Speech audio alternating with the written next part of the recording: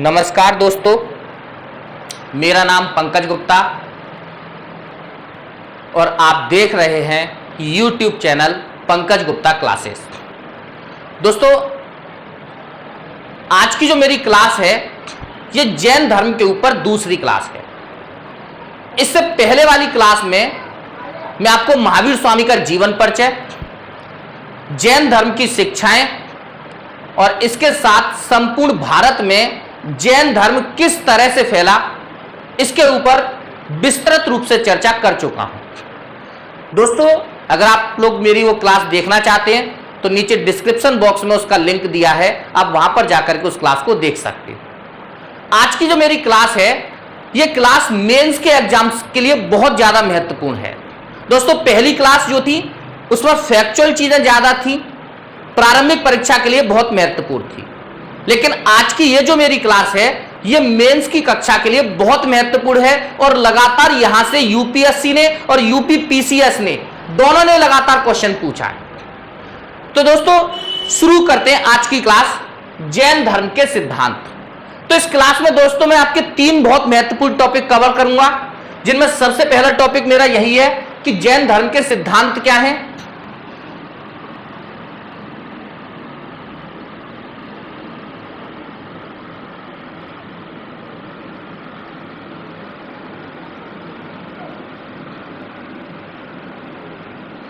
दूसरा टॉपिक होगा दोस्तों मेरी क्लास में जैन धर्म का भारत में योगदान क्या है।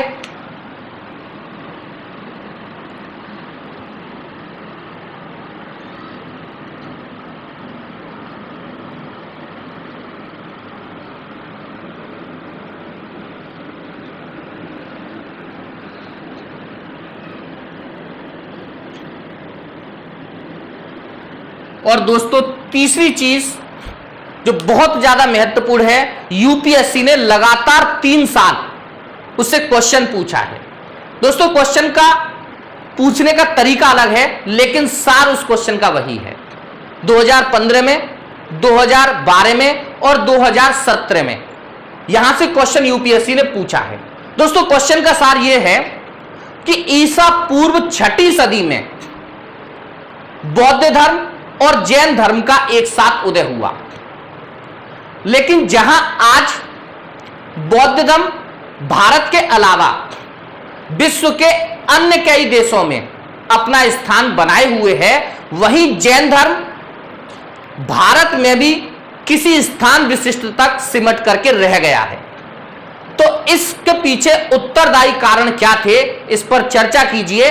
मेंस में ये क्वेश्चन यूपीएससी ने और यूपीपीसीएस के आप पुराने क्वेश्चन उठा के देखिए तो आपको पता चलेगा, लगातार पूछा है यहां से। तो सबसे पहले हम लोग चर्चा करते हैं जैन धर्म के सिद्धांतों पर। तो दोस्तों, आपको मैं एक बात बता दूं, जैन धर्म का उदय किस पृष्ठभूमि में हुआ। वैदिक कर्मकांडों के खिलाफ जब समाज ने प्रतिक्रिया देना शुरू किया तब जैन धर्म का भारत के समाज में उदय हुआ। तो स्वाभाविक सी बात थी, जो जैन धर्म था उसने वेदों की प्रमाणिकता को पूरे तरीके से नकार दिया। यानी सबसे पहली बात यहां पर यही आती है कि जो जैन धर्म है वो वेदों में किसी भी प्रकार का विश्वास नहीं रखता है। दूसरी एक चीज और, जैन धर्म ईश्वर के अस्तित्व में भी कोई विश्वास नहीं रखता है। तो दोस्तों, पहले मैं इन दोनों बातों को लिख दूं, उसके बाद हम लोग आगे चलेंगे। सबसे पहली चीज, जैन धर्म वेदों को स्वीकार नहीं करता।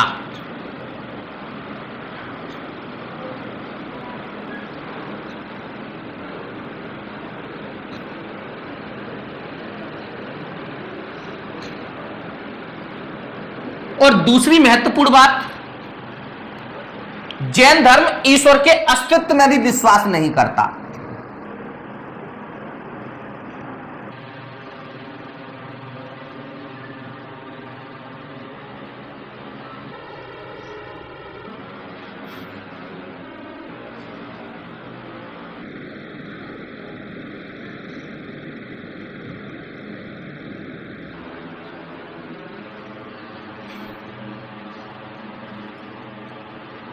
दोस्तों तीसरी जो महत्वपूर्ण बात है कि जैन धर्म आत्मा के अस्तित्व को स्वीकार करता है।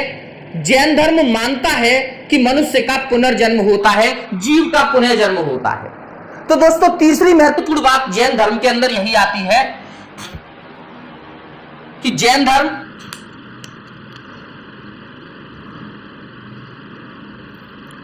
आत्मा एवं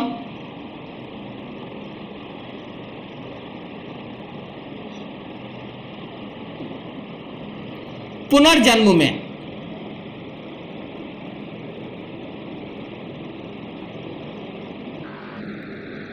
विश्वास करता है और कर्मवाद पर आधारित है।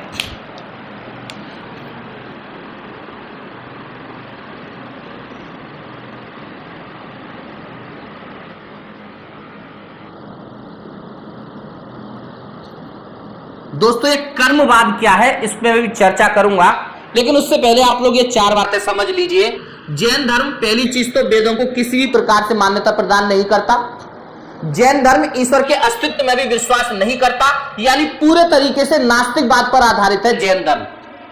तीसरा, जैन धर्म आत्मा और पुनर्जन्म में विश्वास करता है। जैन धर्म का मानना है कि आत्मा हर जीव में व्याप्त है और इसी वजह से जो जैन धर्म है वो अहिंसा पर आधारित है, हिंसा नहीं करनी चाहिए किसी भी जीव के साथ। और चौथा, कर्मवाद पर आधारित है। कर्मवाद में भी चर्चा करूंगा ये क्या होता है। तो दोस्तों जैन धर्म का जो सिद्धांत है उसको हम लोग अनेकांतवाद,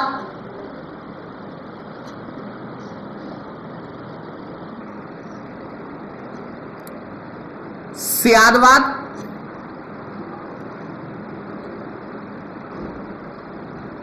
या फिर सप्तभंगी सिद्धांत के नाम से जानते हैं।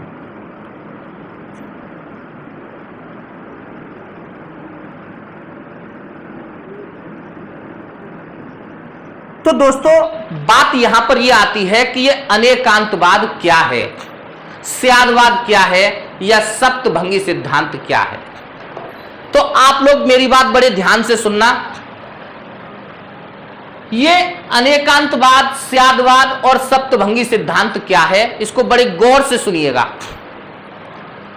दोस्तों इस सिद्धांत के अनुसार जैन धर्म यह मानता है कि संसार में जो भी जीव है उसके पास सीमित बुद्धि होती है और सीमित बुद्धि के कारण संसार में जो भी घटनाएं घटित होती हैं उसका पूर्ण ज्ञान व्यक्ति को नहीं हो पाता, जीव को नहीं हो पाता। आपको मेरी बात समझ नहीं आई होगी, ध्यान से समझना इसको और मैं एक्सप्लेन करके समझाता हूं, एक कहानी के थ्रू आपको समझाता हूं। आप सब लोगों ने एक कहानी सुनी होगी कि एक गांव में 4 अंधे रहते थे और उस गांव में एक हाथी आता है। तो गांव में सब लोग हाथी को देखने के लिए जाते हैं, तो उन चारों का भी मन करता है कि वो भी हाथी को देखें, लेकिन क्योंकि उनको भगवान ने आंख नहीं दी थी तो उन्होंने सोचा कि कोई बात नहीं, हम लोग स्पर्श करके ही हाथी को देख सकते हैं। तो पहला व्यक्ति हाथी को देखता है तो उसके हाथ में हाथी के कान आते हैं। दूसरा व्यक्ति को हाथी का पांव आता है। तीसरे व्यक्ति के हाथ में हाथी की पूंछ आती है और चौथे व्यक्ति के हाथ में हाथी की सूंड आती है। जब वो वापस अपने घर लौटते हैं तो पहला व्यक्ति दूसरे व्यक्ति से पूछता है कि भाई हाथी कैसा होता है, बताओ आपने क्या देखा। तो पहला व्यक्ति कहता है कि हाथी खंबे जैसा होता है, क्योंकि उसके हाथ में खंबा ही आया होता है, पैर ही आए होते हैं। दूसरा कहता है नहीं भाई आपने गलत देख लिया, हाथी झाड़ू जैसा होता है, क्योंकि उसके हाथ में पूंछ आई थी हाथी की। तीसरा कहता है नहीं भाई तुम दोनों गलत बोल रहे हो, हाथी सूप जैसा होता है, क्योंकि उसके हाथ में कान आई। क्योंकि इन सबके पास दृष्टि नहीं थी तो दृष्टि के अभाव में उन्होंने जैसा हाथी को महसूस किया और वैसा ही उन्होंने क्या कर दिया, एक्सप्लेन कर दिया। तो ऐसे ही मैं यहां आपको अनेकांतवाद समझा रहा था। तो अनेकांतवाद के अंदर जैन धर्म यह कहता है कि व्यक्ति की जो बुद्धि है वो बहुत सीमित होती है, इसलिए जो सामने घटित हो रहा है वो तो उसको दिखाई देता है, लेकिन उस घटना के पीछे जो कारण होते हैं उन कारण को वो अपनी सीमित बुद्धि के द्वारा जान नहीं पाता। घटना का जो पूर्ण ज्ञान है वो केवल जिनको हो सकता है। इसका मतलब यह है कि अगर पूर्ण ज्ञान प्राप्त कर लिया जाए तो व्यक्ति जिन हो जाएगा और वो जीवन और मृत्यु के इस चरण से मुक्त हो जाएगा। तो दोस्तों, जो अनेकांतवाद है वो ये कहता है कि संसार में प्रत्येक जीव का एकमात्र उद्देश्य मोक्ष प्राप्त करना होना चाहिए, और मोक्ष प्राप्त करने के लिए ज्ञान होना बहुत आवश्यक है।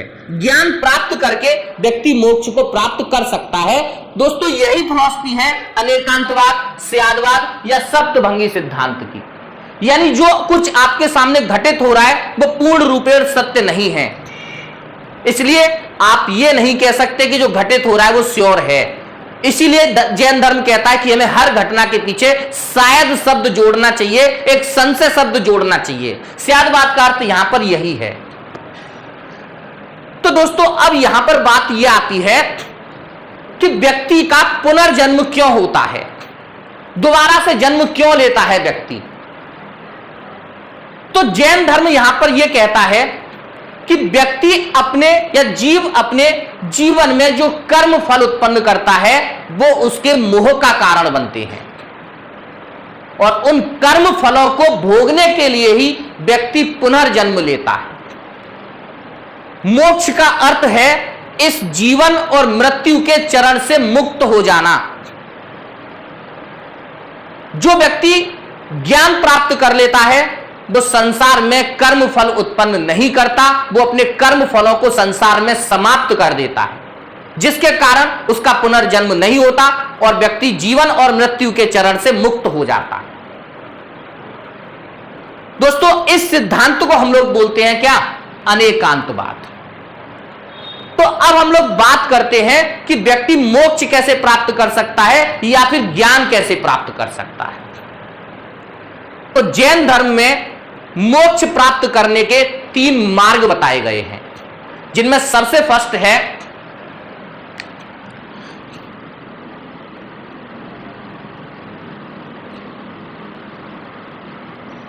सम्यक आचरण,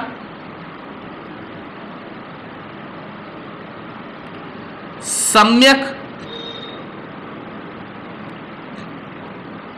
ज्ञान,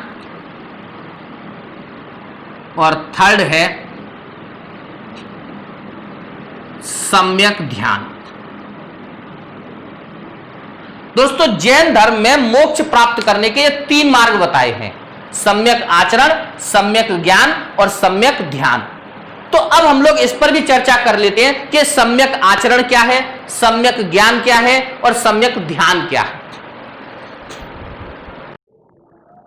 तो दोस्तों, इस सम्यक आचरण का मतलब क्या है? तो पिछली क्लास में मैंने आपको जैन धर्म की शिक्षाएं पढ़ाई थी।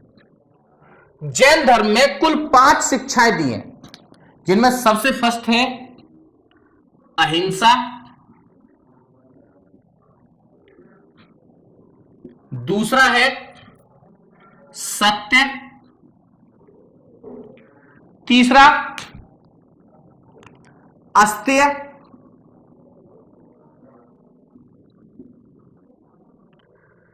चौथा अपरिग्रह,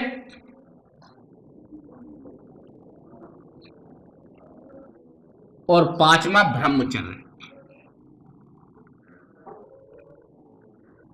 तो सम्यक आचरण का मतलब यह है कि जो जैन धर्म में 5 शिक्षाएं दी हैं, इन शिक्षाओं का कठोरता पूर्वक पालन करना चाहिए।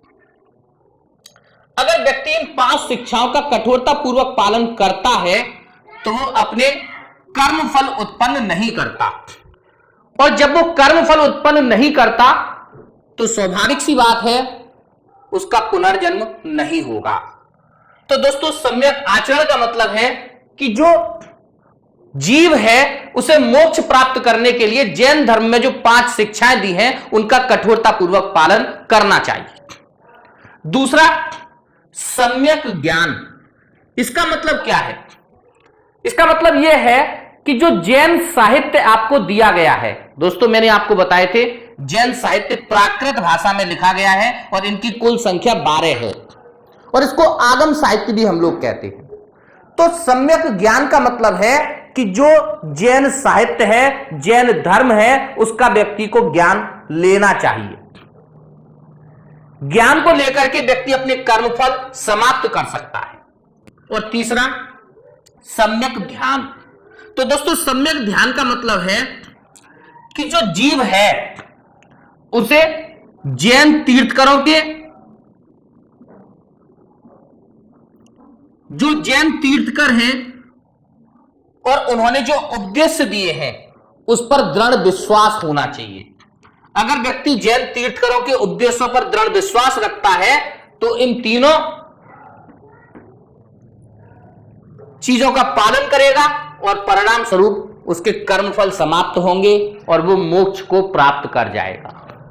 तो दोस्तों इस तरीके से जैन धर्म के अंदर मोक्ष प्राप्त करने के लिए ये 3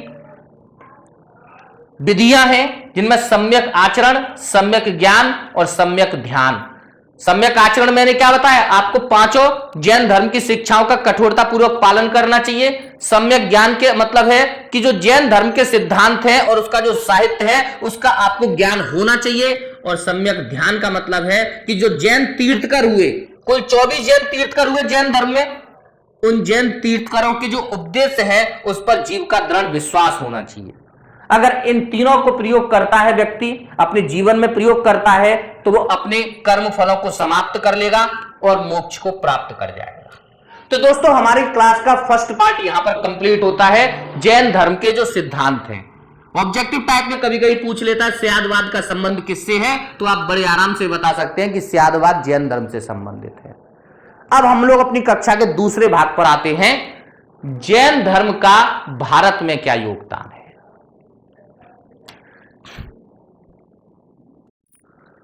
दोस्तों जैन धर्म का भारत में क्या योगदान है? तो अगर राजनीतिक रूप से हम जैन धर्म का भारत में योगदान देखें तो जैन धर्म का योगदान हम उतना नहीं पाते जितना बौद्ध धर्म का योगदान था। किंतु साहित्य और कला के मामले में जैन धर्म का भारत में बहुत महत्वपूर्ण योगदान है। तो अगर हम जैन धर्म के योगदान को पढ़ना चाहें तो हम इसे 3 शीर्षकों में विभाजित करके पढ़ सकते हैं। सबसे फर्स्ट साहित्य के क्षेत्र में योगदान,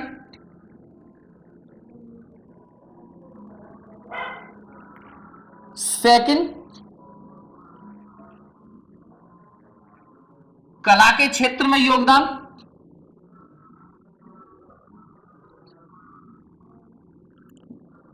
और तीसरा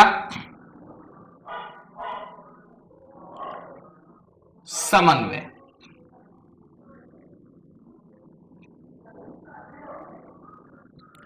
तो दोस्तों हम सबको यह पता है कि जो जैन साहित्य था वो प्राकृत भाषा में लिखा गया।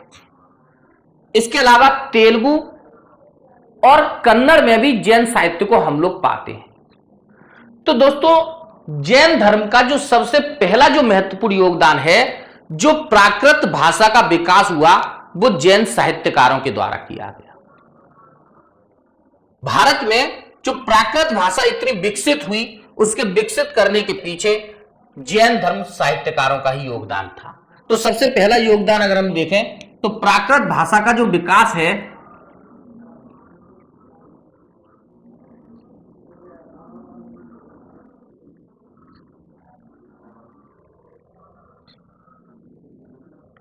जैन धर्म का सबसे महत्वपूर्ण योगदान माना जाता है।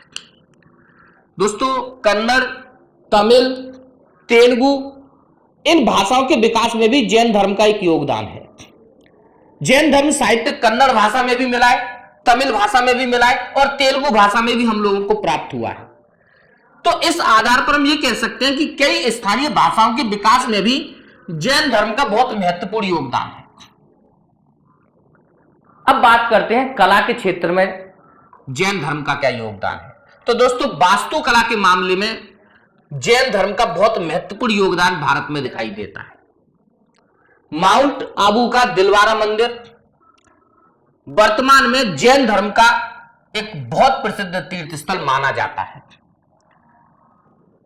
इन मंदिर की जो वास्तुकला है वो बहुत अद्भुत है। मध्य प्रदेश में खजुराहो के मंदिर जैन धर्म से ही संबंधित हैं। इन धर्म की जो वास्तुकला है वो बहुत ही अद्भुत और प्राचीन है। तो प्राचीन वास्तुकला में जैन धर्म का बहुत महत्वपूर्ण योगदान है और इसमें हम लोग पढ़ सकते हैं माउंट आबू का दिलवारा मंदिर,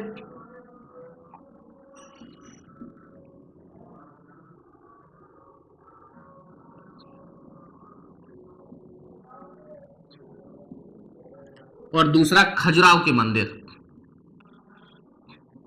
जो खजुराहो के मंदिर है मध्य प्रदेश में वो जैन धर्म से ही संबंधित हैं।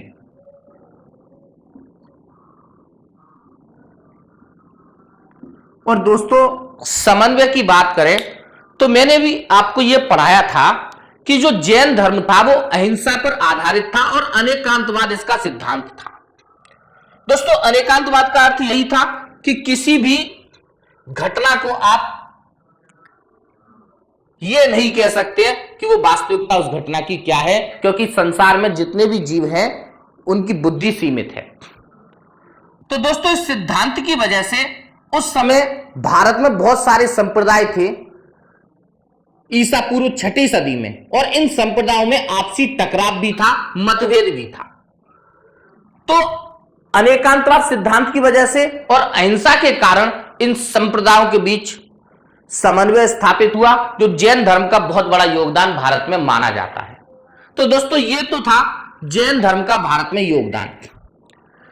अब मैंने आपसे एक क्वेश्चन और पूछा था कि बौद्ध धर्म और जैन धर्म का जो उदय था वो ईसा पूर्व 6वीं सदी में हुआ था, लेकिन वर्तमान में देखें तो बौद्ध धर्म विश्व के कई देशों में अपना स्थान बनाए हुए है, जबकि जैन धर्म भारत में ही कुछ स्थान विशेष तक सीमित हो चुका है। अगर हम भारत में जैन धर्म के प्रमुख स्थान देखें तो पहला गुजरात और दूसरा मथुरा को हम लोग पाते हैं। बाकी भारत के अन्य स्थानों में जैन धर्म बहुत ना के बराबर ही आपको दिखाई देता है। तो दोस्तों ऐसे क्या कारण थे कि बौद्ध धर्म अंतरराष्ट्रीय स्थान बनाने में सफल रहा, जबकि जैन धर्म धीरे धीरे स्थानीय धर्म के रूप में परिवर्तित होता जा रहा है। तो दोस्तों अगर हम इस बात को ध्यान से देखें तो इसके पीछे 3 महत्वपूर्ण कारण उत्तरदायी हैं। पहला, जो जैन धर्म था वो अतिवाद पर आधारित था।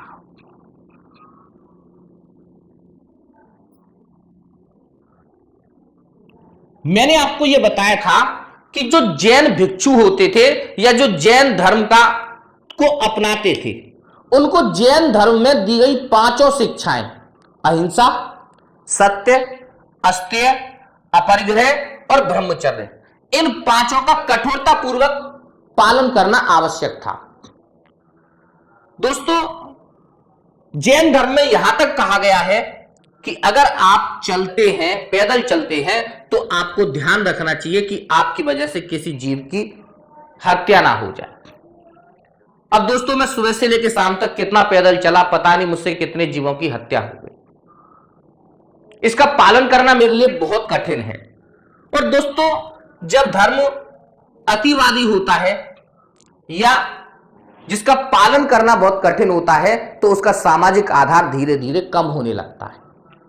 तो जब इस धर्म में इन 5 शिक्षाओं को कठोरता पूर्वक पालन करने की बात की गई तो स्वाभाविक सी बात थी, धीरे धीरे इस धर्म का जन आधार घटने लगा और यह धर्म भारत में स्थानीय धर्म की ओर अग्रसर होने लगा। आप आज भी देखोगे तो जो लोग जैन धर्म को अपनाते हैं उनके समाज में प्याज को खाना भी एक बड़ी घटना माना जाता है।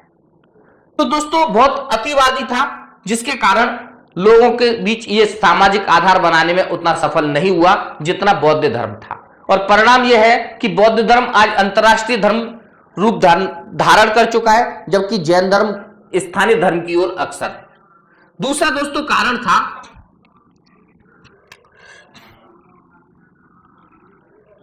सनातनी संस्कृति से समानता।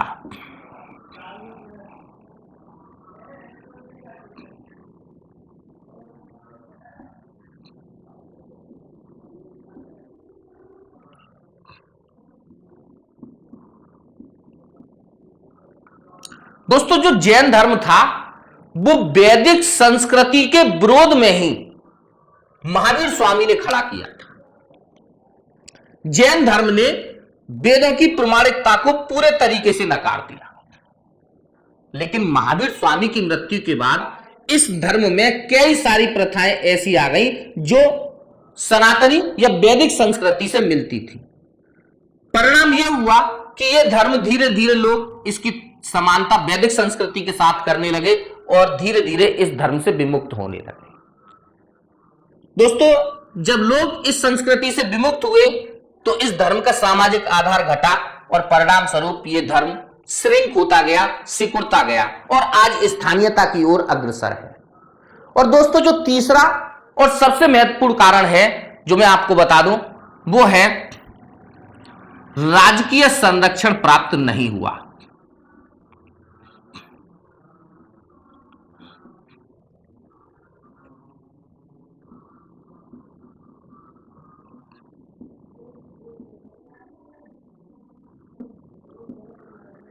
दोस्तों बौद्ध धर्म के विस्तार में कई सारे महान शासकों का नाम आता है, जिनमें आप लोगों ने पढ़ा होगा अशोक।